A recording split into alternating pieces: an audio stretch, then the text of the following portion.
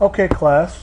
So we've looked at the means and the medians and the modes, which are central tendencies. On this short video, we'll look at how we would do the variations or the variances, assuming that we do not have a weighted count. Okay? So if I took off my filter, which is here, and I took off the weight, then what you'd end up looking at is just the variance of these 20 values. Okay? So, and we know how to do this. We just analyze descriptive stats. You can do frequencies if you want, of salary again, stats. We'll just have standard deviation, variance, and range, and we'll take off the central tendency ones and click continue and click OK.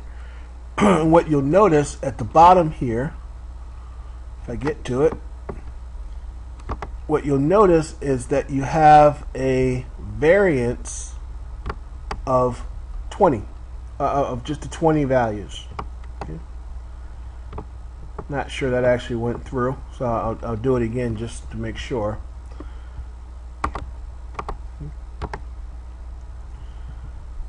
So if we did analyze descriptive statistics frequencies and click OK, there we go. 20, you get your standard deviation, you get your variance, you even get your histogram, because we still had it on there. Okay? Only other thing we can do is say, okay, I don't want to use the frequency, but I want to use the descriptives. Okay? Here we'll take off count, we'll put back on salary, turn on options, standard deviation, variance are right there, along with range. This time I will not get a picture of a graph, but I will get the same numbers I got before. Okay? So you can see we can calculate all three of those with the click of a button.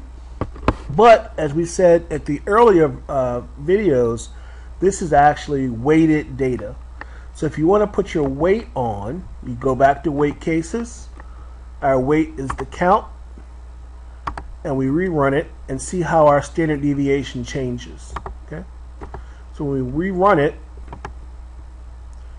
right now we have about 200,406. The change is 162,159. So it's about a $40,000 difference, and you'll notice the ends went from 20 to 1051. And that's how to calculate the sample standard deviation and sample variance in a nutshell. Okay? Now, if I ask you for the population variance, you cannot get that on SPSS directly, but you still can get it. Okay? What you'd have to do is take the variance number, not the standard deviation, the sample variance, multiply this by n minus 1 over n. So if you have 20 values here, you'd multiply this by 19 over 20 and then take the square root of it. And that would be your population standard deviation. Okay? Here, for instance, the variance is 262, some big number here. If I were to find the population variance, I'd multiply this by 1050 over 1051. That would be my population variance. And then when I took the square root of it, I would end up getting my population standard deviation. And that is how you calculate your range, variance, and standard deviation. Have a good day. I'll talk to you soon. Bye.